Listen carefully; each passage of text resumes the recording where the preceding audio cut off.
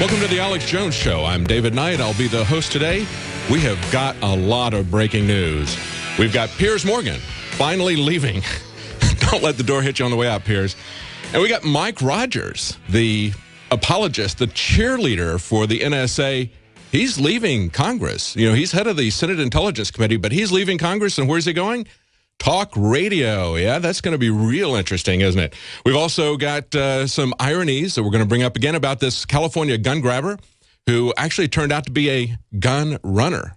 Sounds a lot like Eric Holder's False and Furious, doesn't it? Except that it looks like this guy may be headed to jail. We've also got some GOP neocons heading to Las Vegas, hoping they're going to hit the jackpot with Sheldon Adelson.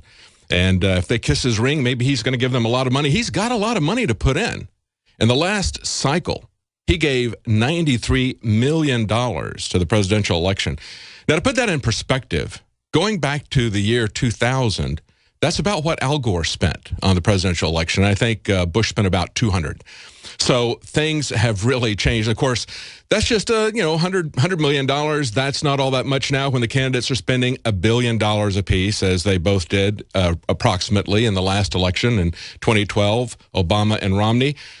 But it's enough to get these guys coming there and kissing your finger. And they had a lot to say about how we should be more proactive, how we should involve ourselves more in wars. It was a neocon wing of the Republican Party that was there to talk to Sheldon Adelson because that's what he's interested in funding. And if you remember the 2012 elections, there were a lot of shenanigans in Nevada, especially in the Vegas. That was the largest caucus in Nevada, and there were a lot of shenanigans going on there as he hijacked that whole thing, or attempted to hijack it. It went on for quite some time. We're not going to get into all of that, but we're going to tell you what happened at the meeting this weekend. We've also got Noah that was headed to the theaters, and we're going to talk a little bit about that. And we see that the mainstream media is still heading to the bottom of the heap, and we're going to talk a little bit more about these revelations that came out in Turkey. Now, again, YouTube was shut down last week as a video surfaced showing Turkish officials plotting a false flag attack so they could start a war with Syria. And, of course, today there are elections going on in Turkey. They finished. They're now counting the ballots. I think 8 people have been killed in violence there around the election. It's a very troublesome area. They're trying to push into war with Syria. It seems to be like they're NATO's last gasp. And of course, when this false flag information surfaced, the mainstream media went out of its way to avoid talking about what was actually said. They just focused on the fact that YouTube had been shut down, just as they had shut down Twitter. It's a very important thing to look at how these mainstream media outlets, the BBC, the LA Times, Fox News, had an amazing summary of this story. So we're going to be taking a look at all of that, and we've got a lot of news about drones and new autonomy. We've got breaking health news, and we're going to be taking your calls. And let me give you that number because the Sunday number is a little bit different. It is 877-789-ALEX. That's 877-789-ALEX. Now, one of the things that we've been talking about and we've been concerned about, of course, is metadata. And it's not this harmless thing that Mike Rogers and others like to make it out to be. It's actually a very dangerous thing. But, you know, you can have a very crude form of metadata that can still get you into trouble with the police. Take this story that happened in Idaho. This is a 70-year-old man who was driving from Colorado. He lives in Colorado. He's got Colorado tags. And he was driving to his home in Washington State. And he was pulled because he had Colorado tags, and he was given the once-over looking for marijuana just because he's from Colorado. You talk about meta tags, metadata. This is old-school metadata, old-school profiling, but we're going to talk about that and what the real stuff is coming up right after the break. Stay tuned. We've got a lot of news. Welcome to the Alex Jones Show on this Sunday, March 30th. I'm David Knight. I'm going to be your host today.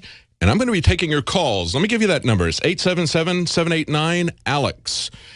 Now, I was just talking just before the break about the news about the man who was arrested, 70-year-old man who was arrested looking for marijuana solely because he had a Colorado license plate. Now, this was an Idaho state trooper who pulled him over. He was on his way to another home in Washington state. He has a Colorado tag. Says that the trooper pulled out immediately as he passed, rapidly accelerated to him. The complaint states when he pulled him over that the trooper asked him why his eyes were appearing glassy, and he asked him for various other stuff, but then kept asking to search the vehicle. Finally, the guy said he refused at first, but finally gave him permission to search the vehicle after he threatened to bring a drug-sniffing dog and hold him until it got there. And he said when he did, despite the strong gusts of wind and precipitation that day, this is a lawsuit, this is the complaint, says the trooper claimed that he could smell the odor of marijuana. So they made a big deal out of it. They arrested him. They impounded the car. And, of course, they found absolutely nothing. This was simply a fishing expedition. This is why you don't want to have metadata being looked at by the government on everybody. These kinds of out-of-control false positives that we see with this is what they can do with everything in your life. This is a very old-school kind of a, instead of a meta tag, it's actually a license plate tag that they pulled him over on. And be aware of the fact, as we pointed out here at InfoWars, Homeland Security was caught trying to set up a database of license plates. We've also seen the Navy looking at everyone's license plates with their database. And, of course, once we exposed that, Homeland Security pulled that back and said, no, we're not going to request that. They pulled back that request to fund that database. But then we also saw the very same day a Wired magazine story that IBM and Cisco were competing to create a literal information highway where they could not only look at your license plate tag, but they could basically look at everything that they're going to provide you internet as you're driving down the road, but they're going to totally profile everything about you. They're going to be watching everything as you move, not just your location, but where you're surfing. They're going to record your license plate data. This is a government that is totally out of control. This is a government that has to know everything about us, and it's absolutely beyond control. People are starting to push back against this, and I think one of the things that highlights this is that Mike Rogers, who has been the chairman of the House Intelligence Committee, he's been one of the big cheerleaders for the NSA and this police surveillance state, along with Dianne Feinstein, a Democrat and a Republican, and they both love it. Well, it looks like he's not going to be running for re-election. Instead, he's going to be heading to talk radio. That's right. He's going to be the new voice for the system. Now, the question is he going as part of an expanded Operation Mockingbird? You know, that was the CIA's way to get control of the press. They actually had a name for it to try to get people into the press to sway public opinion, and we know that they do that constantly. We're going to be talking about how they do that with the false flag that was exposed in Turkey.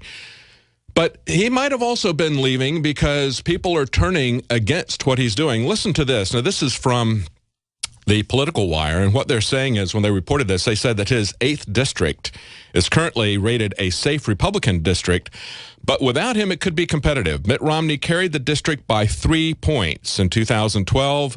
Obama won it by 6 points in 2008. So it may be that he's not in such a safe seat after all. So this might be a smart move for him to get out while he can before he gets thrown out. Imagine what a black eye that would be in the face of the surveillance state if their biggest cheerleader got voted out. They don't want to see that happen. So he's going to go to talk radio. And there you're going to see him pushing the same kinds of dangerous ideas about the surveillance state as well as war. Of course, these are the kinds of people who not only love to spy on us and try to create a battlefield on the streets of America, putting tanks in the hands of the police, militarizing the police, but they also want to have war in every corner of the globe. And, of course, Mike Rogers is one of those people.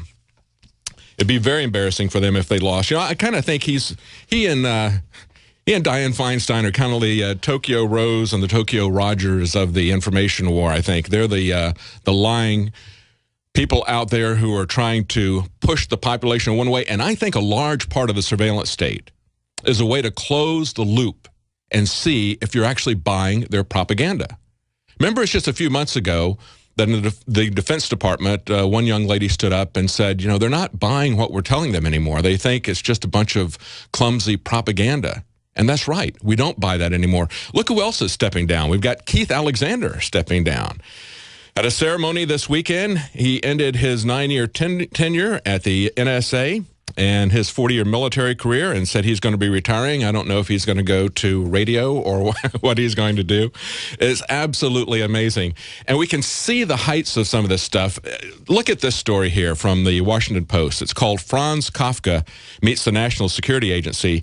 And what it is a story about a son who tried to get information about his father, who was illegally wiretapped by the CIA in 1963. And he talks about how he was pretty much stonewalled by the NSA and by other agencies. It turned out, he said, that the FBI was the one that was the most forthcoming.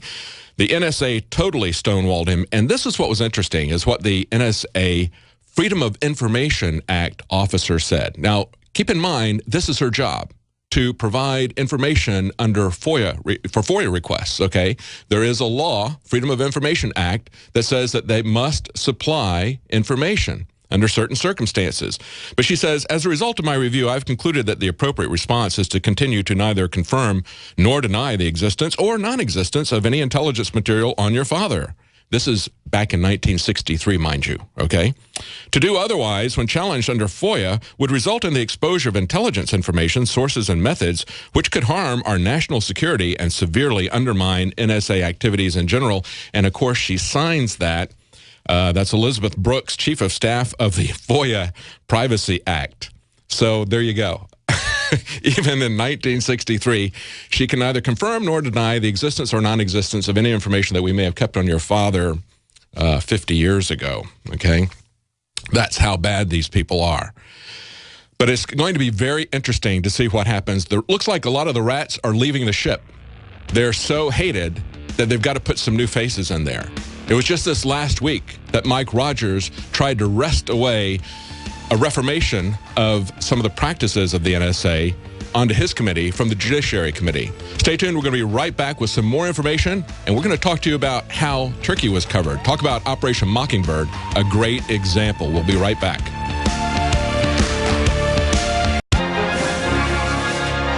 Welcome back to the Alex Jones Show. I'm David Knight, your host today.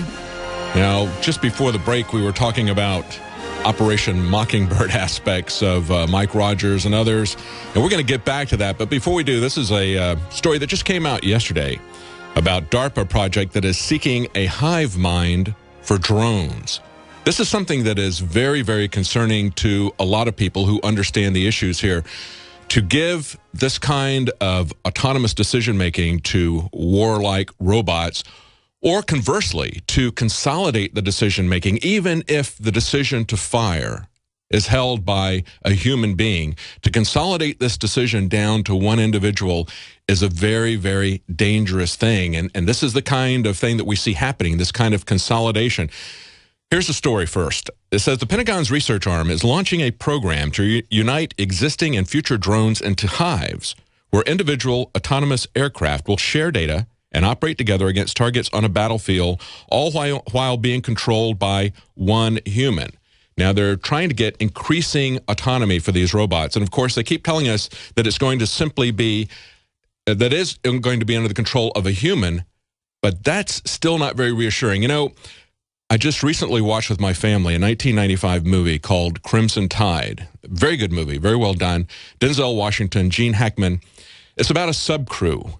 And it's a crisis that's going on, very, very much like the crisis that's happening today in the Ukraine, where you've got some breakaway people inside of the Russian Federation, get some controls of some nuclear weapons. It looks like they're going to perhaps launch those. And so initially, a command goes out to the submarine crew that they need to fire a nuclear weapon. And so they're waiting for confirmation from this, but the whole gist of the movie is the conflict between the commander of the sub and the number 2, who's Denzel Washington, as to whether or not they're going to get confirmation from this after an accident happens on the sub, and they're somewhat disabled from their communications. The whole thing is that there are checks and balances, human checks and balances, that you've got multiple people involved in this decision-making process. It isn't just one person who's involved in making this decision or this call. It's multiple people who have that choice. It's distributed, and there are checks and balances. But as we see what's happening at the very end of the movie, it says, don't worry, this couldn't happen anymore because that's now been consolidated under the control of one person.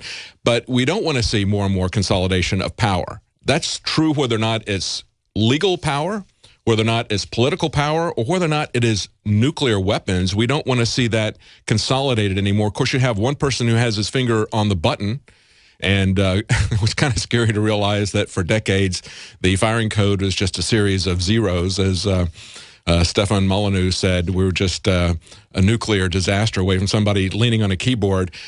But it's very concerning to see what DARPA is doing with this, how they are making these robots autonomous. This is a very, very dangerous trend.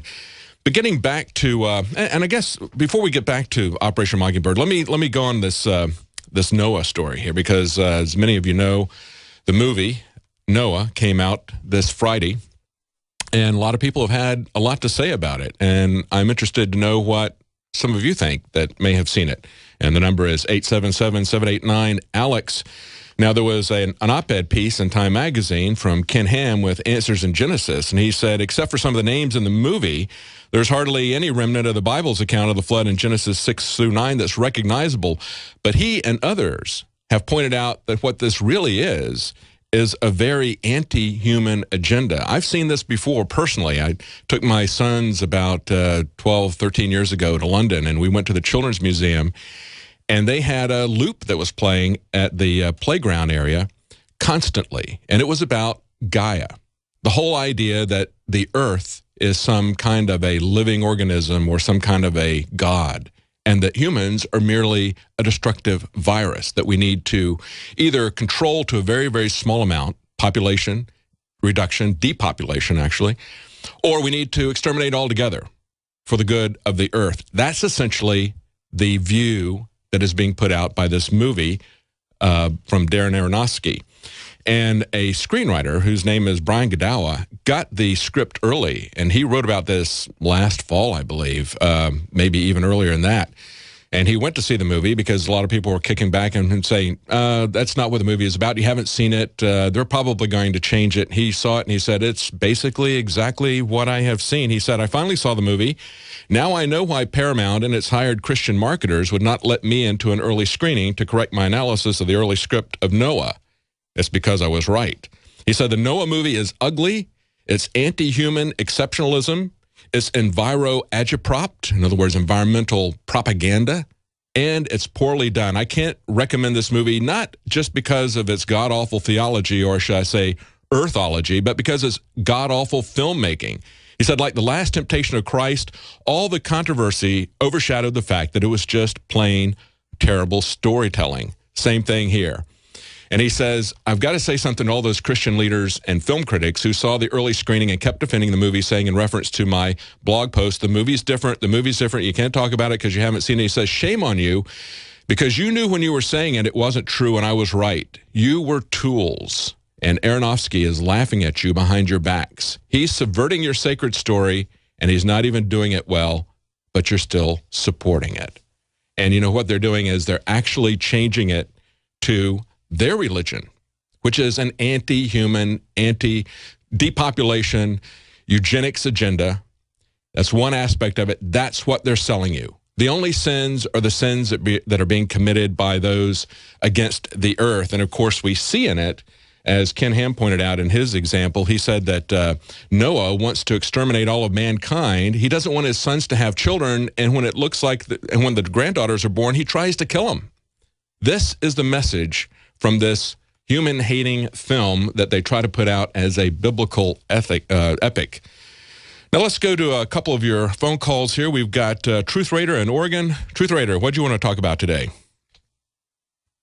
It's so wonderful to talk to you for the first time. You're doing a great job there. Usually I call in regularly and I talk to Alex. I have two things on my mind that's going on. Missed it last week because Alex was busy with Mark talking about his difficulty with YouTube and being blocked out. But there was an anniversary. As a matter of fact, there were two anniversaries. You know what? We're coming up to a commercial break. Hang on. We'll be right back to you. We'll be taking some more calls. And we're going to be talking about the Operation Mockingbird aspects of what happened with Turkey this last week, as well as Piers Morgan finally leaves and he takes a couple of shots more. But not with a gun, just with his mouth. We'll be right back. Welcome back to the Alex Jones Show. I'm David Knight. I'm your host today, and I was just talking to Truth Raider from Oregon. We just started the call, and we had to go to commercial break. Truth Raider, go ahead and tell us what you wanted to talk about. Hey, David, no worries about that at all. In 1775, Sir Patrick Henry uttered these words, "Give me liberty or give me death." That was on March 23rd, 1775. That was missed last week, unfortunately. And then in this date, March 23rd, 2005, Bush did the treasonous act of signing our country away with the SPPA Act between Vicente Fox and the Prime Minister of Canada, I believe is Martin, I believe it is. And that made us into one North American Union. Well, what do you think about the Trans-Pacific Trade Agreement, the TPP, the Trans-Pacific Partnership? I think that's like a subsection of it, perhaps. Well, actually, they're kind of expanding it. They're trying to create these regional centers, like you pointed out with NAFTA. Now they've got TPP and they've got TAFTA, Transatlantic Free Trade Agreement, which is essentially taking the Atlantic and the Pacific. They're going to, what they're doing is they're consolidating into these regional trade groups, and then they're moving to expand it into a global trade group. Of course, it's all about consolidation. And the thing I think that is amazing is how blatant the TPP is in terms of being a substitute for CISPA, how they're elevating corporations to the level of countries, as we've already seen with NAFTA. We're seeing that again with these agreements where you have three people that are going to hear all the cases. One of them will be picked by the corporation. One will be picked by the country. Essentially, they have the same influence as the countries in terms of deciding what the laws are going to be, in terms of adjudicating these different agreements. It's absolutely amazing how we're moving to this global corporatocracy. Yes, it is. It's what you'd basically call a corporate tyranny in itself. All of these combined together. And it's just eviscerating the Constitution. But they're able to carry this out because of that act, the SBPA Act, on March 23rd, 2005. That takes a lot away of the power of the Constitution. And that's the first step toward that. So we're now a North American Union, so we're three states in one. So they want to come up, this is what they're going to try to do. They're going to try to come up eventually, modify the Constitution, and make it a North American Union Constitution, or maybe perhaps a universal Constitution. Well, it's interesting. We'll have to wait and see. You know, I think it really depends on the information war, because I don't think that they can make an agreement that is above the Constitution. People disagree about that. I don't think, though, that any treaty can be made that abrogates the Constitution. But if people set back and allow them to do this, they'll get away with it. The whole point is that they're doing a lot of things that are against the law, that are against the Constitution, and then they're constantly coming back and trying to pass laws that essentially give them cover to do what they want. For example, the NSA spies for decades on people, collects information for decades on people. Now they're trying to get legal authority to do that, because even though they've ignored the law for a long period of time, they don't like to have themselves out there fully exposed, just in case people start to prosecute them for breaking the law and breaking their oath. Well, thank you, Truth Raider. I want to go to a couple of people in California, because we had some interesting news out of California last week. We had a state senator in California, Leland Lee, who was one of the, some people have said he's like the second most powerful person in the California Senate. I don't know, but regardless, he was one of the biggest pushers of gun control bills. And of course, he was busted and a sting by the FBI trying to sell guns. And he had some amazing quotes. He said, do I think we can make some money? Yeah, I think we can make some money, according to the FBI transcripts. Do I think we can get the goods? Yeah, I think we can get the goods. People want to get whatever they want to get. Do I care? No, I don't care. People need certain things. Now, this is the guy who wanted to ban pretty much all semi-automatic weapons and most pistols in California. And, of course, some of the things that he's going to get people are things like even rocket launchers, not just M16s, but rocket launchers. Now, the LA Times points out, they say that gun rights groups jumped on the possible ironies. Possible ironies? Are you kidding me? Possible ironies? This thing is beyond irony, and hopefully he's going to go to jail, unlike Eric Holder and others in the ATF who orchestrated Fast and Furious in order to undermine the Second Amendment. That's not just my opinion. New York Times said that as well. And of course, part of the running of guns across the border that Fast and Furious was about was so that they could make a case to register all guns and therefore confiscate eventually all guns. And that all ties into the UN Arms Trade Treaty. That was going to be the basis to push us towards that treaty. But it kind of blew up in their face when a government agent got shot. But now the other thing that they're doing in California is they're trying to push this away from the Democrat, from Leland Lee, and they're talking now a lot about this gangster that was also arrested. There were 26 people that were arrested, and now they're talking about Shrimp Boy. This is a guy, San Francisco's notorious self-described son of the underworld. They spell that S-U-N. That's the way he described himself. Goes by several names, Chung Chow, Raymond Chow, and Shrimp Boy. I don't know what that means. But they say he's a former gangster and leader of the Chi Kung Tong Freemasons of San Francisco. They've even got, so there they are. Freemasons come back. This was from NBC. Pointed out that Shrimp Boy is a Freemason. Let's go to Glenn in California. Glenn, how are you doing? How'd you make out in the earthquakes out there? Oh, I was unaffected by that. I'm kind of about 300 or 400 miles away from that, so I did okay. Good. Thank God for that. Yes. With the Leland Lee thing, it's like all the senators over here, Feinstein and Yee and all those guys, they say they're against gun rights and all that stuff, but in the limelight, they're all carrying. They have all bodyguards that carry, and yes, just the whole thing with the Congress out here is like it's for us and then nobody else. And how do we prosecute these people? How do we take our Constitution back? How do we take our government back? How do we do this? I'm just frustrated. I don't know what to do. I'm just trying to figure out what's going on with this.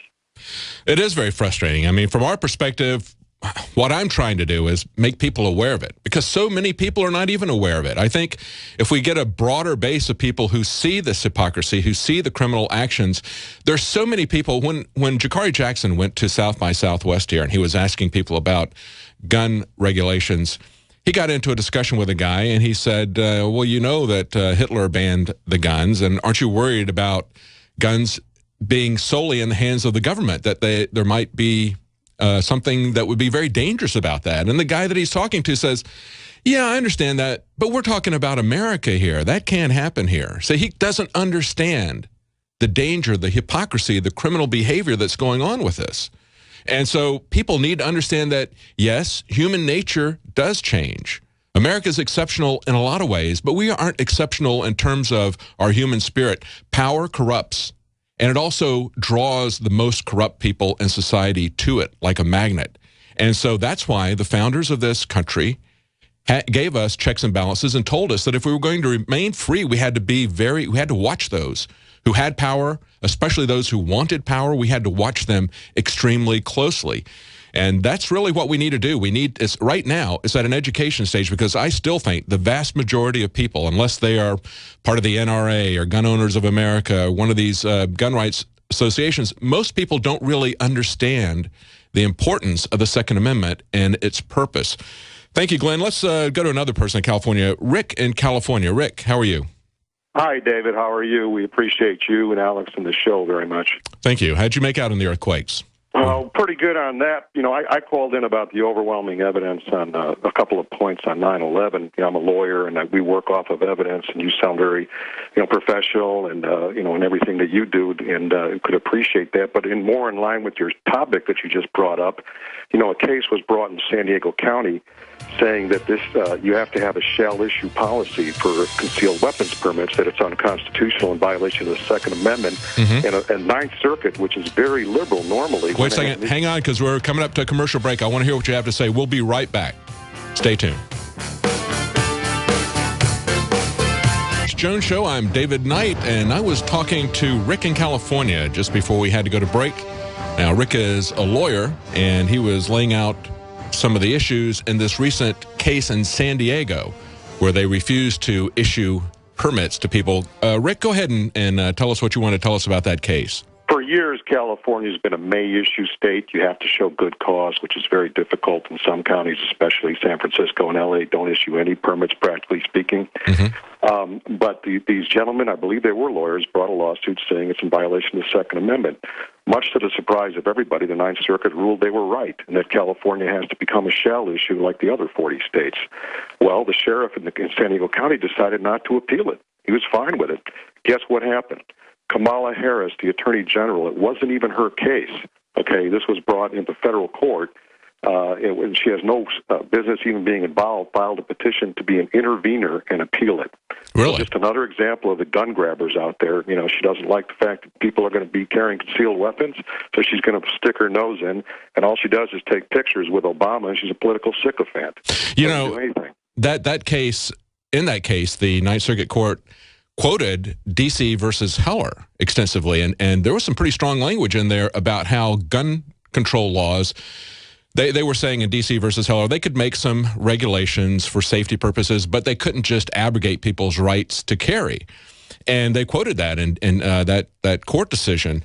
And I find it amazing that you see in D.C. versus Heller, it's now been about 6 years since that case. And again, the same thing is happening in D.C. as what you just described in California. You got politicians who just refuse to listen to the courts as well. And that really shouldn't surprise us, I guess, because they don't listen to the Constitution. They don't listen to the laws unless it suits them. And they appeal to the courts and say that we have a living document in the Constitution and that living document is whatever the Supreme Court says it is at the moment. But then when the Supreme Court says that it is something that they don't like, they just choose to ignore it, don't they? These guys were it was between the plaintiffs and the county council, and the sheriff decided he didn't want to appeal it. And yet, and here's Kamala Harris stepping in, you know, whose only goal is to further her political office. She's against the death penalty, you know, and doesn't care about crime victims in real terms. I mean, you know, it just goes on and on. Yeah. So, you know, there you go. You know, that's what we're up against in California. I mean, you guys in Texas have a much better situation, I would think. It's amazing. Hopefully people will look at this Leland Lee thing and start to get the idea that these people have got an agenda that is completely different, a private agenda that's completely different from their public agenda. What do you think about this guy in D.C. that was just convicted of having replica bullets and a dud shell? Have you heard about that case? Oh, yeah, I heard on the show. Yeah. Yeah. So many things I hear about on the show. The show is fantastic for educating me. I mean, we're Prisonplanet TV members for that reason. Well, thank you. Thank you for supporting us. That helps a lot. This is a guy in Washington. For people who don't know this case, his name is Mark Witteshek. And his ex-wife was trying to harass him using the police, and they found an inert. They raided him a couple of times. He was a hunter, but he kept his guns in Virginia where it was legal. He did have a souvenir shotgun shell that had misfired. It was a dud. And it was already, I mean, the thing would not work at all. And then he had some muzzle loading bullets. Basically just the bullet, not any powder, no casings, nothing that's going to propel it, just the bullet. And we've got up there for people who are watching, you can see what it looks like. It's a bullet that's in a plastic sabot, which is a way that you can put it and use it in a muzzle loader. It wasn't a projectile at all, and he was describing this to Fox News, and it was just amazing. He said he was the only one in the court that even knew what these components were. They had no idea what these were. I think the charge was officially that he was attempting to acquire ammunition. I mean, they couldn't even really call it ammunition because it wasn't ammunition. It only had the metal bullet. It didn't have anything to propel it with. And he was given a $50 fine. And he has to register as some kind of a gun offender. And they pointed out, quite rightly, that this is in sharp contrast to the treatment that was given to an NBC News personality, David Gregory, who you remember went on the air with a 30-round AR-15 magazine during a broadcast of Meet the Press. They just ignored that. Why? Because he's pushing their agenda. Anything else you wanted to say, Rick, in California? Just real quickly, I know time is limited. The fact of what this show does in broadcast excellence, in my opinion, when it brings the George Hansen story, a lot of things I never heard of, and I go look up. Here's a guy who's a congressman, and he protested the IRS, and Alex used the term they dieseled him. I've never heard that before. Yes. And I find out the guy's being transported for weeks and months on end with no respite, no rest, hunched over, his toenails are growing, and he practically died from this. Yes. And this was the government doing this to him from prison to prison, the federal prison system. So, people, the main point is there's foul play and all these things, and it's always about the same thing. It's about the money, Building 7, the insider trading, the mysterious deaths, Tim Osman, Bin Laden being really Tim Osman, and all these things, architects and engineers, Don Browning, Oklahoma City. The list goes on, and thank God for you guys for bringing this stuff to the forefront, because when it finally enough people realize it, like I do, then the tide will turn. Yes. Well, thank you very much, Rick. Very well said. Thank you. Great call. Let's go to Mark in Wisconsin. Mark. Yeah, that's a good point with the last caller there. With the lack of information that people are they're just not aware. This is my first time calling. I've been listening to you guys for a while now, and I'm really happy with what you guys are doing. And it's really too bad you can't be on a larger broadcast and go more mainstream, versus the dinosaur media getting the chance of sucking up all the airwaves. Well, thank you. We're trying. They're actually imploding. As we mentioned on Friday, their ratings are just falling. I mean, they're down 50-60% over a year. Just since in the most recent one, MSNBC was down 24%. And it's because they won't follow the stories where they go. A great example of that is what happened this last week in Turkey, where you had a recording of the Turkish officials, the head of the intelligence, the head minister, as well as a person who is in charge of the military, who they're plotting a false flag attack to try to start a war with Syria. And in order to stop it, they shut down YouTube and call these guys villainous and dishonest. And the mainstream media picks this up. Paul Joseph Watson points out that this is how they reported it. Reuters says, well, this appeared to center on a possible operation to secure the tomb of Suleiman Shah. BBC says it relates to a discussion of possible military operations. Here's what these guys were actually saying. They said, I'll make up a cause of war by ordering a missile attack on Turkey. That's what the head of Turkish intelligence said. Then the deputy chief of military staff says, it's a direct cause of war. I mean, what we're going to do is a direct cause of war. And then another guy says, we can also prepare an attack on the tomb if necessary. And if it's a pretext, we'll give you one. Pretexts can be arranged. We'll mount an attack against that place. This is what these guys are saying, and yet Reuters and BBC are just saying, well, this is possible military operation. CNN talks about how and why the audio tape was leaked. They don't talk about anything that's in it, actually. The LA Times says this is talking about a possible military intervention in Syria. And then, of course, they also repeat the talking points of the Turkish government saying that this is dishonest and villainous. Same thing we saw with the Snowden leaks. And yet what they're doing is just giving cover to these people. They don't want to talk about the fact that they set up a false flag. They can't use that F word, those two F words. It's not in their lexicon. What was there anything else you wanted to say, Mark? Well, I just wanted to bring out the point that unfortunately, when you're trying to educate people and the deer in the headlights scenario that you end up coming across all too often is really, really frustrating. Between the friends and the family and coming from basically a college town from the Madison being UW. I understand. College filth. And you would think that people would be more educated and quite liberal. It's actually more of a liberal town. But well, you know what it takes, Mark, is it takes people who will actually do the research themselves, but sometimes the trigger for it is a show like ours. What they're hearing is the same thing, whether it's Reuters or BBC or the LA Times or CNN. They're not hearing the full picture. They're only hearing that, for example, in this, that Turkey shut down YouTube and Twitter. They're not hearing why they shut it down. They're not hearing that they were pushing a false flag attack. We're talking about that. We're one of the few, if probably the only outlet that's talking about it outside of alternative media. I like to call it authentic media, because we're going to tell you what's really going on, the truth as best we know it. We're going to be right back. We're going to take some more calls. Thank you. Thank you, Mark.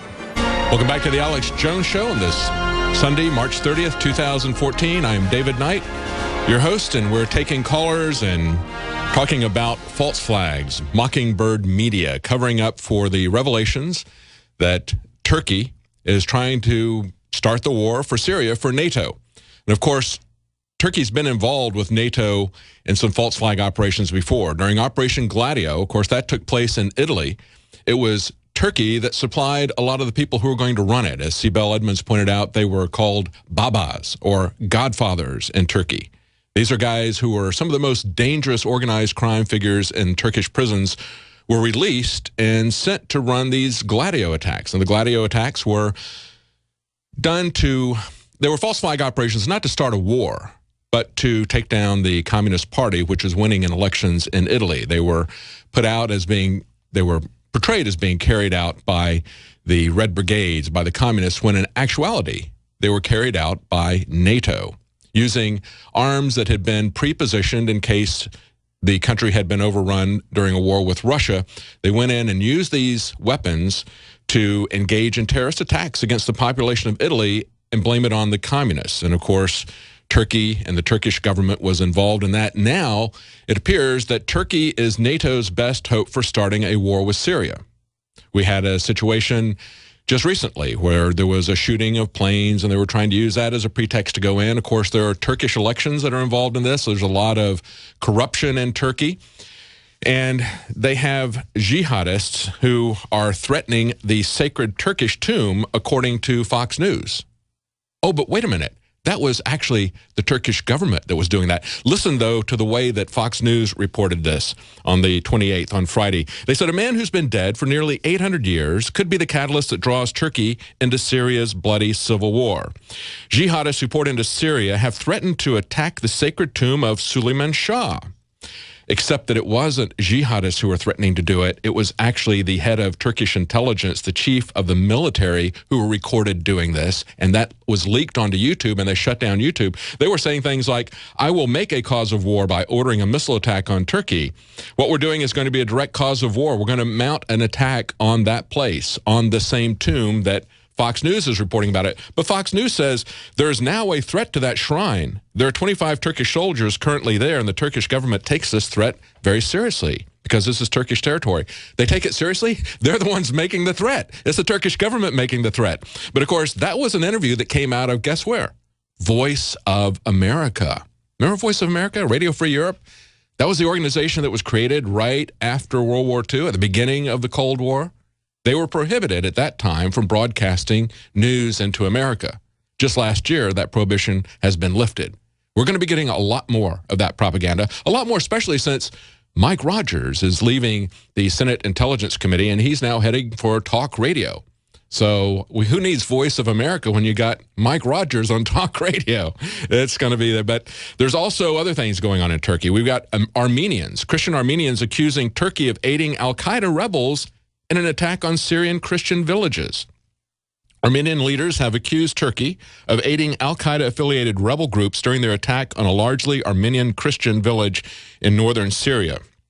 And they said Turkey's facilitation of al-Qaeda-affiliated foreign fighters and their attacks on innocent civilians in Syria undermines ongoing U.S. and international efforts to bring peace to a country ravaged by violence for far too long. That was the chairman of the Armenian National Committee of America.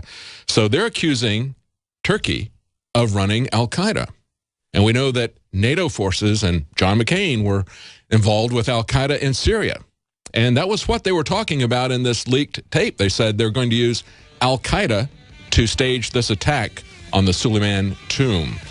So it's back, as we've been telling you, it's actually the U.S. government really has been running al-Qaeda. They created it, and they're running it still. Sorry, Rachel Maddow. It's a matter of record. We're going to be right back. We're going to be taking your calls. We've got people waiting. Marlon in Michigan and Dennis in Oregon. Stay tuned. We'll be right back. Back to the Alex Jones Show. I'm David Knight, your host. That was a great spot that intros this. If you haven't seen that, you need to check it out on our website where you can actually see the video of all those clips. I love that that was War Games. I wish I didn't know any of this. So many people react to the truth that way. It's really, you can't avoid it by not knowing about it. That's the key thing. Marlon in Michigan has been waiting a long time. We've been talking about how Mike Rogers is going to be leaving, stopping his cheerleading for the NSA and the Congress, and now he's going to become a talk radio host. Marlon, what do you make of it? Well, first of all, I definitely, I look at him and I know for a fact, I mean, he's neocon all day. But my only concern is that I hope that people, you know, who listen to the show, people who are, you know, in the know, what have you, because me, myself, I mean, I unfortunately voted for Barack Obama like twice. And shortly after voting for him that second time, that's when I became aware, learned about NDAA, and ever since that point, I mean, I've been in direct, you know, in conflict with Democrats and Republicans to a certain extent. My only concern is that I hope that people will call in and bombard his shows with, like, truth questions so that people would know, you know, that he's not who he purports to be. He's going to be just an agent to kind of, like, counteract InfoWars or Drudge or what have you. Yeah. And I also had one more thing I wanted to ask you. I'm looking at this article that's on Global Research, and it's talking about this Iraq nation destroyed, oil riches confiscated, and surviving Iraqi population impoverished. And it goes on to say, it just says that since 1945, the United States has presided over the killings of more than 46 million people in the global South through wars and neocolonialism in order to maintain Western economic dominance. And for the perspective of, like, viewers, just let that marinate in your mind as to what we're underneath here when we talk about what can we do. I mean, when you have a country that's willing to kill that many people, you know, I understand where people come from when they say, what can we do? Because in actuality, it's not, I mean, it's even more than just the information of war. Most definitely get on our research or what have you. But what is that next step, you know, once we do get informed? Because we do constantly find that battle of what it is that we can do. Well, you know, they quoted it. They said, to maintain Western economic dominance. That's not exactly what's going on. A lot of people hear that and say, well, that's a good thing. I live in the West, and I want us to be economically dominant. But it's not you. It's these banks. It's these the small group of people, the military-industrial complex, the banks that basically put tarp over on us, the banks that are money laundering and get away with it because Eric Holder says that they're too big to jail. The banks that were too big to fail in 2008 are too big to jail in 2010, 2012. So it's this criminal group that is running it. It's a military-industrial complex that Eisenhower warned us about. That's why we've been at war for 60 years continuously. That's why so many people have been killed. And people have to wake up to that. But they're always vulnerable to this pitting one group against another. And we see this especially with these neocons that are going to this this coronation, I guess. So I guess they're really trying to get some money from Sheldon Adelson in Vegas. And we see this is reported from, it was on Drudge Report, how Chris Christie is trying to get back in the good graces of the Republicans after his Bridgegate scandal. And these guys are going to this multi-billionaire in Vegas and essentially trying to get on his good graces. This is a guy who gave $93 million in the last election. And so they're going there trying to get him to give them money. They're meeting with him privately. People like Chris Christie, people like Jeb Bush.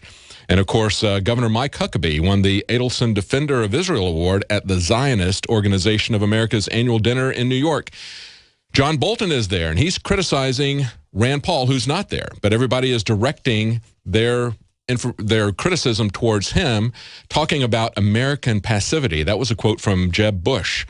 You've got all of these guys saying that when Paul says that our foreign policy is too overreaching, no, we can't have that. We've got to be strong. We've got to get involved, even to the point that when Chris Christie talked about how he was in Israel, how much he loved Israel, he made the remark that he flew over occupied territories. And they didn't like that because, you see, we don't occupy territories. We liberate territories, right? We're not occupying Iraq and Afghanistan. We're liberating those areas. And so when he met privately, and kissed the ring of Sheldon Adelson, then he made it clear that he misspoke when he referred to occupied territories. He is an unwavering friend of Israel, and he will do whatever they wish. The thing that I think was most amazing was the response. Let me see if I can find it here. Yeah, this is John Kasich of Ohio, and he repeatedly referred to Sheldon as if the billionaire was the only other person in the room, according to the New York Times. This guy is not auditioning for president. He's auditioning to become a puppet. I hope you're right, Marlon. I hope that people do call in to Mike Rogers and badger him with the truth. Going back to one of these exchanges, this was back on October the 31st. We reported this on InfoWars. Mike Rogers argues that spying is okay as long as the government doesn't get caught. Mike Rogers said, I would argue that we haven't had any complaints come forward with any specificity arguing that their privacy has been violated. So that clearly indicates that in 10 years, it clearly indicates that we must be doing something right. Somebody must be doing something exactly right. Now, the guy who was talking to him was a constitutional expert, Stephen Vladeck, and he said, but who would be complaining? And Rogers said, somebody whose privacy was violated. You can't have your privacy violated if you don't know your privacy is violated. And he says, I disagree with that. If a tree falls in the forest, it makes a noise whether or not you're there to see it or not. And then Rogers says, well, that's a new interesting standard in the law. Yeah, it's a standard called objectivity. Anything else you wanted to say about Mike Rogers, Marlon? Yeah, I wanted to add one more thing for our listeners is to look up his wife, Christy Rogers. I mean, she just somehow secured, I believe it was either like last year or the year before last, she secured like $10 billion for companies from the Department of Defense. Yes. And this is all while, Rogers was in office and doing what he was doing on a committee of intelligence. I just find that to be very odd. And I wanted to ask you one more question, a little bit off topic as well. Was there any truth to that when all the missing nukes was missing? Was there any truth to some sort of a nuclear explosion like out in the ocean away from South Carolina? Several people have said that.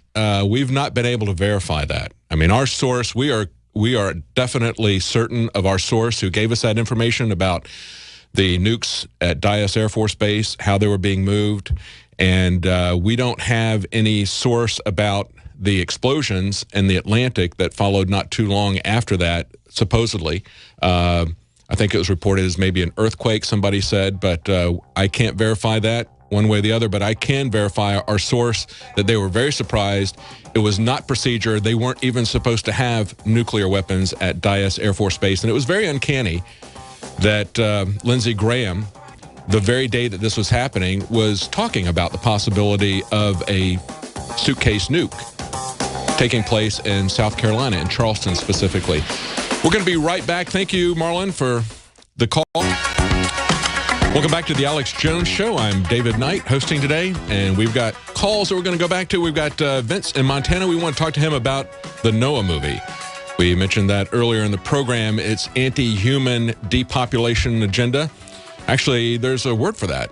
It's actually a religion called Gaia, which sees humans as a virus, inflicting the planet with almost something has to be wiped off. And there are elements of that I've heard in the movie.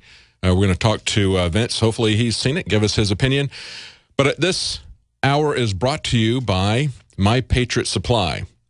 The path to liberty starts with attaining a level of self-reliance for you, for your family.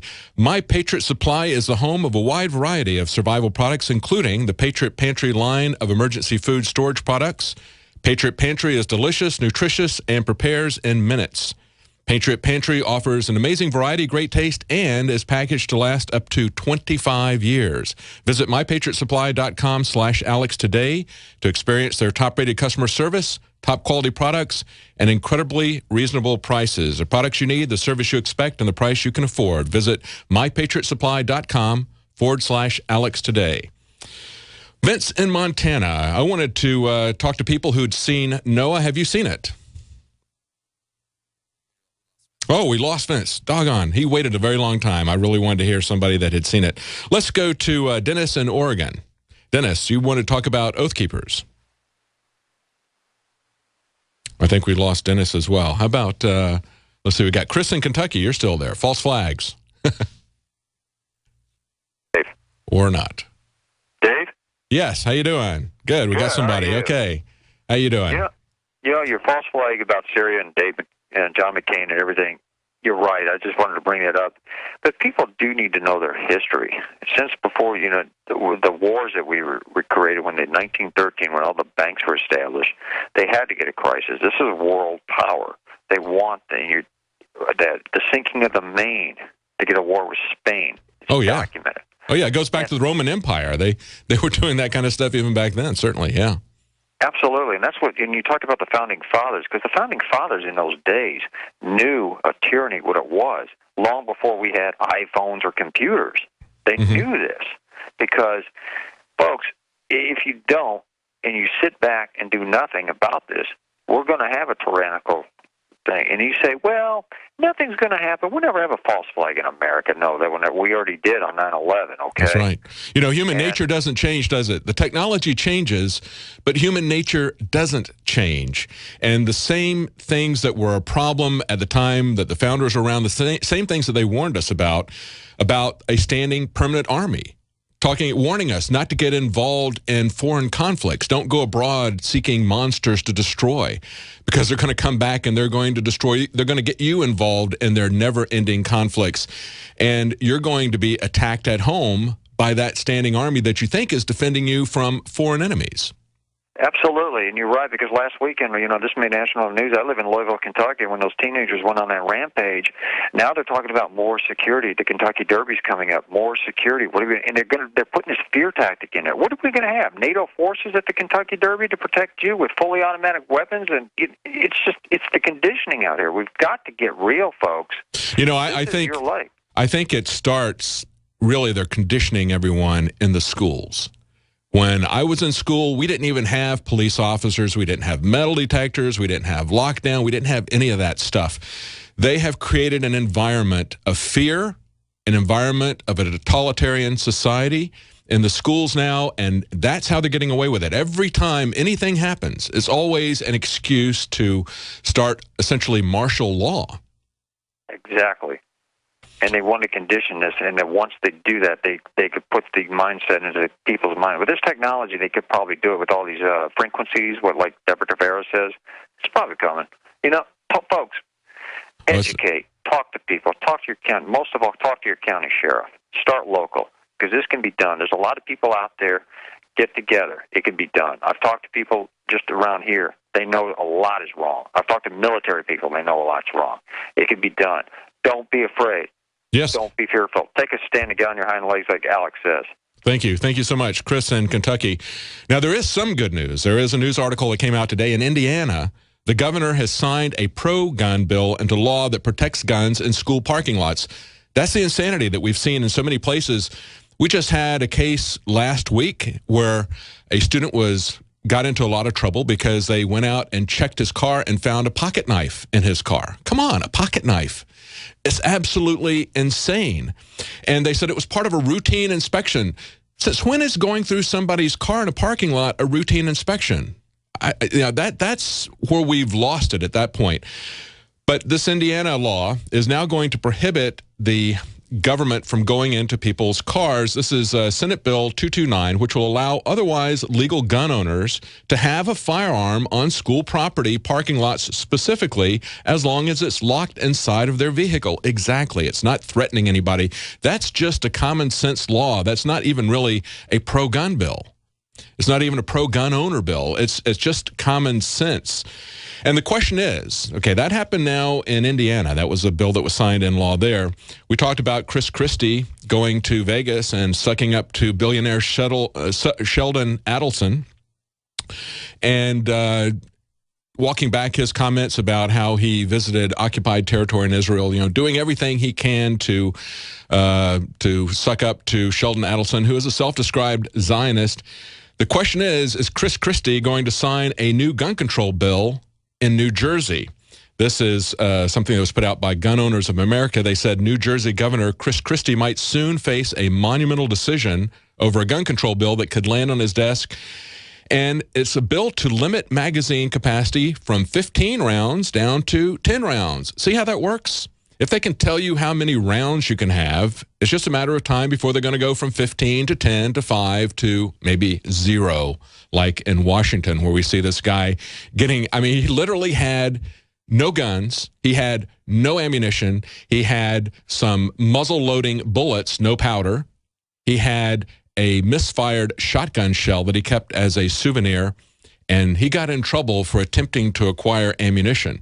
So the question is Chris Christie going to sign this bill? This bill that is going to now take down magazine capacities from 15 rounds to 10 rounds. That's already passed the House. It's already passed the Senate. It's waiting for Chris Christie's signature, and we're waiting to see what he's going to do about that. We already know that he wants to go to war with everyone. Let's go to Habu in Wisconsin. Habu?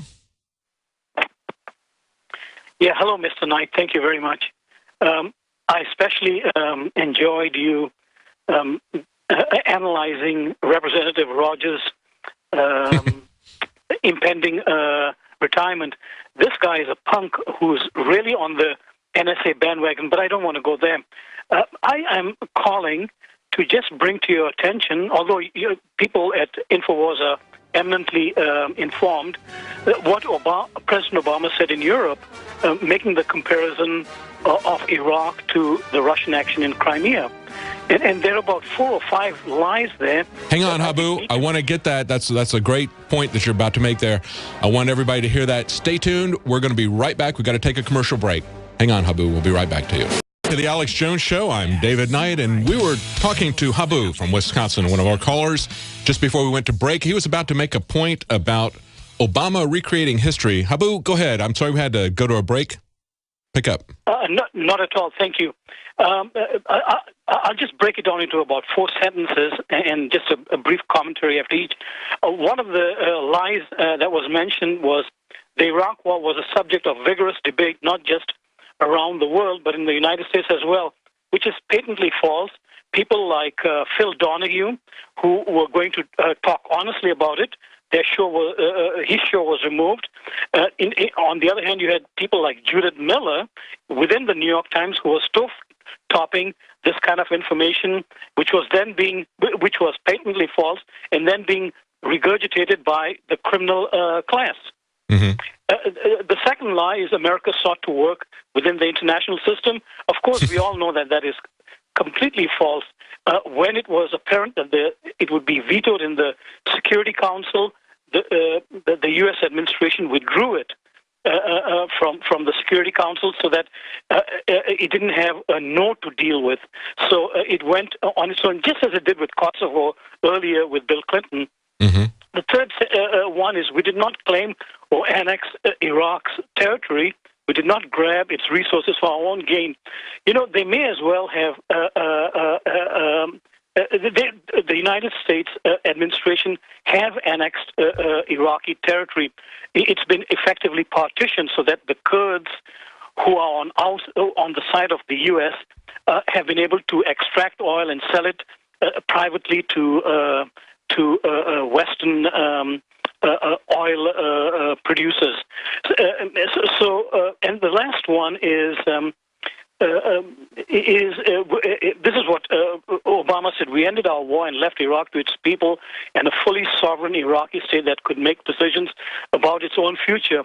He didn't care to mention that once President Maliki of Iraq saw that his main support was coming from Iran and that the United States was dispensable and, of course, was most hated by the people there, he refused to give Obama an extension, even though we have thousands of mercenaries doing work there, and they are effectively our armed forces there. Yes, exactly. Years on the ground. I guess we should feel better about the fact that instead of having the U.S. Army there, we've got a lot of hired mercenaries and $1 billion embassy there that's like a fortress. I don't think that we've really left Iraq, as I don't think you probably believe that either. I don't think we're going to leave Afghanistan for a very long time either. As a matter of fact, they're saying that we're going to be there for a couple of more decades. And when you look at what's happening in Afghanistan, for example, they had dropped under the Taliban to 10% of the world supply of poppies for things like heroin, that sort of thing. Now they're at 90%, and they're having record crops year after year. And, of course, Afghanistan is also one of the most concentrated sources of lithium in the world, and lithium is a key component of modern batteries. So I think we're going to be there for quite some time. It's always about the resources. We see that happening in the Ukraine as well. We see the IMF coming in, offering them a loan. It's like hooking a young college student. You know, here's your easy money, but don't worry, there's going to be some heavy strings on the back end of that. And, of course, they're coming out right away and saying that they're going to nationalize the natural gas, the gas pipelines that are there. They're also going to be seeing 50% increases in energy costs for the people of the Ukraine. It's something that we see this pattern over and over again, and yet we see people, and there was an article on Drudge about secession and how people are demonstrating all over Europe. There are small groups that are now demonstrating. They had a demonstration in Brussels. They wanted to have self-determination. And it's getting increasingly difficult for the EU to hide the hypocrisy of bragging about the Ukraine following self-determination and secession, and then crying about the fact that the Crimea leaves that, or crying about the fact that Scotland wants to leave the UK, or that Venice wants to leave Italy. There are a lot of people out there who want government to be closer to them so they can get more control of it. We're losing control of the government in every single way. Thank you, Habu. One of the examples of how we're losing control of the government is right in Long Island. Look at this story from Westbury, New York. Now, this is a small community, about 15,000 people. There's a task force there, a police task force, that is going to inspect homes without notice for unpermitted guests. That's right. You've got a home. You're paying property taxes, as they point out in this article. This is from policestateusa.com. People are paying like typical $9,000 a year in taxes. You've got a lot of people that are bringing in relatives or friends and charging them sublease. They don't like that. So they're calling that illegal tenants in your home. Since when do you have to get permission from the government to have somebody stay in your home? But it's even worse than that. They're going to have zero tolerance policy. This is what Westbury is bragging about. Say homeowners in the Long Island community of Westbury have had their private property rights abridged to the point where they cannot even make autonomous decisions about what's going to happen inside their own homes. Cops are going to sweep through communities and conduct housing inspections without notice. A presentation given at a town hall meeting included a prop that explained the changes. The poster included the following statement: modify search warrant law to eliminate prior notice. Aggressively use warrants and housing sweeps on a regular basis. Done. There you go, done. That's where we are. Your home is no longer your castle. Even though you might pay more than $9,000 in taxes on it, you don't have any say-so as to who you have in your house or what you do with it. And most importantly, they don't have to give you notice. They don't need a warrant. They're just going to aggressively sweep the homes on a regular basis and break into your homes. That's the America that we're starting to live in. We've got Dennis in Oregon got back on the line. Dennis, you want to tell us about Oath Keepers? Hi, David. Yeah, I listened to the interview that Alex had with Stuart Rhodes back in November last year with the Oath Keepers. Yes. And in that interview, he talked about they want to go operational and they want to set up civilization preservation teams. And I just want to share briefly kind of how that's been going in my neighborhood. Sure. Go ahead. But after the interview, I went to their site and I found out who my local Oath Keepers guy was and called him up. And I found out that they want to use, as much as possible, work with existing groups that people are used to. So they want to reinvent the wheel and so forth, like Neighborhood Watch and Search and Rescue. Mm-hmm. And so I called up, so I said, well, I can do Neighborhood Watch, and so I called up the local neighborhood community policing cop in our county, who's in charge of Neighborhood Watch, and she sent me out two things. One, she sent me out a list of the crimes that had been committed in our precinct, the previous year, and then she sent me out the Neighborhood Watch materials. And it's interesting that in those Neighborhood Watch materials, they have a list of about 20 activities in addition to just security. And this includes things like neighborhood gardens, exercise group, game night, disaster preparedness, things that the community can do together. Mm-hmm. So what I did, David, we just went door to Hello? Oh, I think we just lost the phone line there. Okay, I think okay, phone system just went down, but we've got some breaking news here. Now, some of you may not have caught Piers Morgan's farewell. It's such a shame because, you know, it was such a typical Piers Morgan show. He had like about 55 minutes of irrelevancy and 5 minutes of irritating stupidity.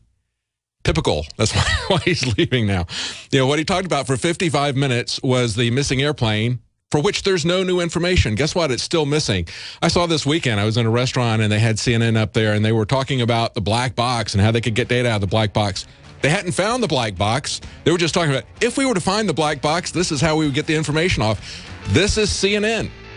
And this is Piers Morgan, and we're going to have some comments about what he said right after the break, so stay tuned.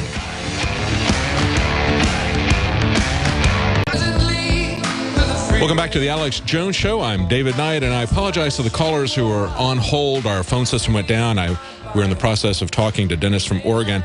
I really wanted to hear the story about the Battle of Athens in 1946 from Steve in Tennessee, but our phone system is still down, so we're going to finish up with some news here. Now, of course, CNN's Piers Morgan signed off. We're so sad to see him go.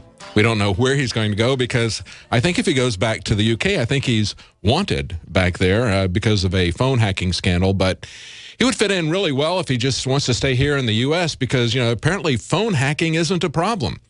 If you get involved in phone hacking, you can be part of the Senate Intelligence Committee like Mike Rogers, or you can resign and then become somebody on talk radio, which is apparently what Mike Rogers is going to do. He's going to have a talk radio show. But let's talk about Piers Morgan first. This is he had some interesting comments. So for 55 minutes, he talked about the missing airplane that they didn't have any new news about.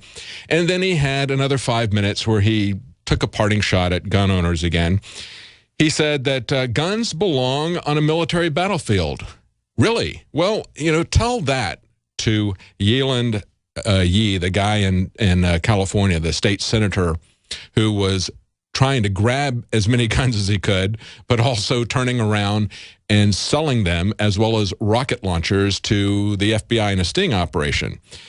This is what we're concerned about. This is why you don't want to give the government a monopoly of power on guns, especially because look at what Homeland Security is doing. Homeland Security is actually trying to turn our city streets into a battlefield. And of course, under the NDAA, people like John McCain and Lindsey Graham and Barack Obama are saying that we all live on a battlefield, that it's a worldwide battlefield, and that on that battlefield, as part of the NDAA, you don't get due process. The military can pick you up and hold you indefinitely. They can transport you somewhere else for torture if they wish, or I guess they could just torture you where you are, and they don't have to be held accountable because under the NDAA, they assume that the entire world is a battlefield. So, Piers, when you say that guns belong on a military battlefield, tell that to your buddies at Homeland Security. And then he had an interesting quote. He quoted Sir Winston Churchill. He said, "If you have an important point to make, don't try to be subtle or clever. Use a pile driver. Hit the point once, then come back and hit it again, then hit it a third time, a tremendous whack." Well, you know, I don't think that Piers Morgan did that very well. You know who did that really well? Alex Jones. Alex Jones had an important point to make, and he wasn't trying to be subtle about it either. He was passionate. People needed to see that we're passionate about losing our freedoms. It isn't just an intellectual discussion. It's gotten to the point where people need to get angry about their freedoms being taken. I remember just a couple of weeks ago at CPAC, Ted Cruz got up and he made some jokes about turn on your cell phones. I want Obama to hear every word of this next thing I'm going to say. And the people laughed. Now, it was kind of a joke, and I understand. I don't want to be accused of being humorless, but we've got to get to the point where it's no longer funny, where somebody says something like that, and the reaction is not that we laugh about it, but maybe we hiss about it or we boo about it. We should be angry that they're doing these things to us illegally. Finally, he says, this is Piers Morgan talking. He says, "I've made my point. I've given it a tremendous whack, and now it's down to you. It's your country. These are your gun laws, and the senseless slaughter will only end when enough Americans stand together and say enough." Yeah, you know, there's a lot of senselessness that's going on about guns, and we were just talking earlier in the show about a guy who, under D.C. laws, Washington, D.C. laws. He was just convicted of trying to acquire ammunition because, of course, what he had wasn't even ammunition. He didn't have guns. He didn't have ammunition. He had a misfired shotgun shell and some metal bullets that didn't have any powder or projectile possibility with it for muzzle loading purposes. No guns, not even a muzzle loader. And yet they persecuted him over that. This is in a city that doesn't want to obey the Constitution, ignores the Second Amendment, and then when their Supreme Court, which they like to pretend is the arbiter of a living document, they think the Constitution doesn't mean what it says it means, but it means whatever the Supreme Court says, unless the Supreme Court says it means something they don't like. And in D.C., when the Supreme Court struck down their laws, they just continued doing this, continued to do these senseless persecutions. That's what's going on, Piers. I know you don't understand it, but we do. And so long, farewell. We're not really sad to see you go. Now, somebody else who's leaving, of course, is Mike Rogers, and we're going to be very glad to see him get out of Congress. But, of course, he's going to continue to spew his police state, surveillance state, war state rhetoric on the radio. It turns out he's going to have a talk show. Now, as he's leaving, he did a couple of things this last week. The House Intelligence Committee started to assume ownership over oversight and reform of the NSA. They're trying to reform the FISA Act, and the Judiciary Committee has been the one that's been taking the lead on this because they're concerned about civil liberties and they're concerned about the law. But now the House Intelligence Committee, which has really been a cheerleader organization for the NSA, took control of things and tried to come up with their own quote-unquote reform bill. Now, understand that FISA was a result of the Church Committee hearings that saw tremendous abuses from the CIA. And they created the Foreign Intelligence Surveillance Act to try to limit what the NSA was doing, limit what the CIA is doing. And, of course, they have escaped the bonds of that, just like they've escaped the bonds of the Constitution. And they've used it to create something called the FISA Court that meets in secret, one judge, no jury, no lawyer arguing the other side. They make their determinations of this secret court in secret, and they pretend that they're modifying the Constitution with these secret decisions that we're not even allowed to see. So some people are trying to reform that whole process. But then, of course, you got Mike Rogers and Dutch Ruppersberger, a Democrat from Maryland, who put forward a proposal called End Bulk Collection Act, which, of course, doesn't end bulk collection. You can always count on the Congress to come up with a law that does just the opposite. It doesn't end bulk collection. What it does is it switches the collection of bulk metadata from the NSA to the phone companies. See, that's a really smart move because that allows them to not take the criticism. They can say, well, we're not holding it, just the phone companies are, and they can always go back and pick that up at any time they wish. And, of course, we know that they've been doing that for quite some time. This is an article that came out on RT this weekend, or actually it was on the 20th is when it was published. Top lawyer for the National Security Agency told a Civil Liberties Oversight Board that the U.S. technology companies were fully aware of the surveillance agency's data collection, knowledge which the firms have vigorously denied having. They've been saying all along that they were not really collecting the information, even though we saw these leaks from Snowden about the PRISM program. Oh, they didn't participate in that at all. Well, the NSA General Counsel said, no, actually, they did. They had knowledge of all communication information and metadata collected by the agency. And he said they were collecting it in every aspect. And, of course, one of the first people to do that was Microsoft. They joined the program back in 2007. Syrian hackers are now claiming to reveal that they know even how much the FBI pays Microsoft for the customer data. So it's not 30 pieces of silver anymore. The Syrian Electronic Army says that in December 2012, they found a document that Microsoft emailed. It was a PDF invoice for $145,100 broken down into $100 per request for information. And then in August 2013, Microsoft allegedly emailed a similar invoice, this time for $352,000 at a rate of $200 per request. Okay, so they're invoicing the NSA for the information that they say they had no idea the NSA was collecting. And, of course, then Microsoft is still in the news, promising not to invade customer accounts again. Instead, they're going to have the government do it. You see how they keep switching it back and forth? Mike Rogers says, well, we're not keeping the data. the telephone companies are keeping the data.